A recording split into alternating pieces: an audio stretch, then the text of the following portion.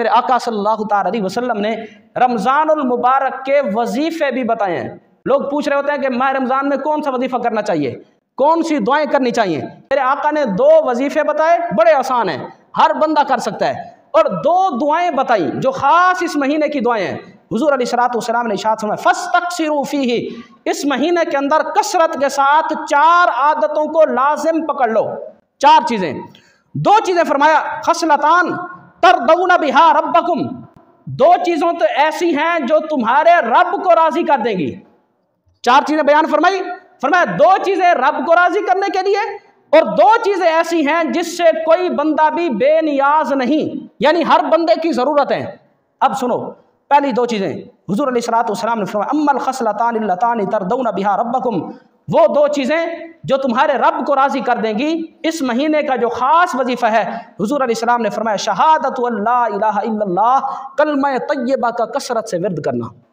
یہ اس مہینے کا وظیفہ کہ کثرت سے کلمہ طیبہ کا ورد کرنا، یہ کسی پیر کا بتایا ہوا وظیفہ نہیں ہے، اللہ کے رسول کا بتایا ہوا وظیفہ ہے۔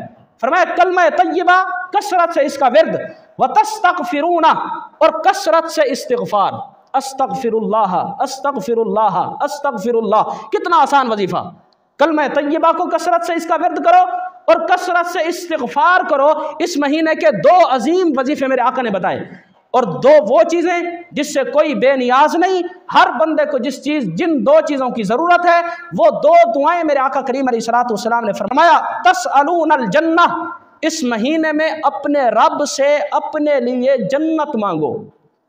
یہ دعا حضور نے بتائی کہ اس مہینے میں مانگنا کیا ہے، اپنے رب سے جنت مانگو اور رب کی پناہ مانگو کہ یا اللہ تو ہمیں جہنم سے پناہ عطا فرما۔ یہ میرے آقا صلی اللہ تعالی علیہ وسلم نے خاص طور پر وظیفے بتائے ہیں کہ رمضان المبارک میں 2 دعائیں ایسی ہیں جس سے کوئی بھی بے نیاز نہیں ہے، ہر بندے کو جن 2 دعاؤں کی ضرورت ہے، اور 2 وظیفے ایسے ہیں جو تمہارے رب کو راضی کر دیں گے۔ وہ کلمہ طیبہ کا ورد ہے اور استغفار ہے، کثرت سے استغفار کرتے رہو، کثرت سے کلمہ طیبہ پڑھتے رہو۔ اس مہینے میں اللہ کو راضی کرنے کے لیے یہ 2 وظیفے کافی ہیں۔